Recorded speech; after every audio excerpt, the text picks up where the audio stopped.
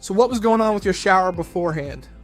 What's the shower was original when we bought the house. It was old and cruddy, and we just needed something new. We cleaned it, but it still wouldn't look good. So it would just have to be definitely be upgraded. So that's what my wife and I decided to do. Yeah.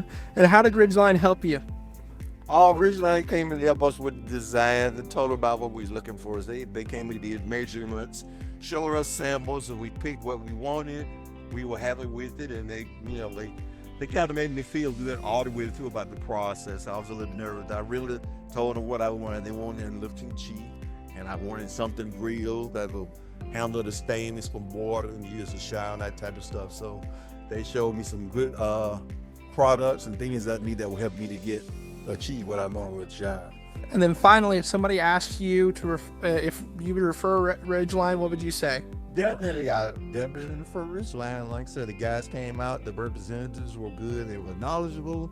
The gentlemen that came out and did the work, they were knowledgeable, they was conscious of where they were working and respectful to my own reality with stuff. So yes, indeed, I definitely recommend Ridgeline.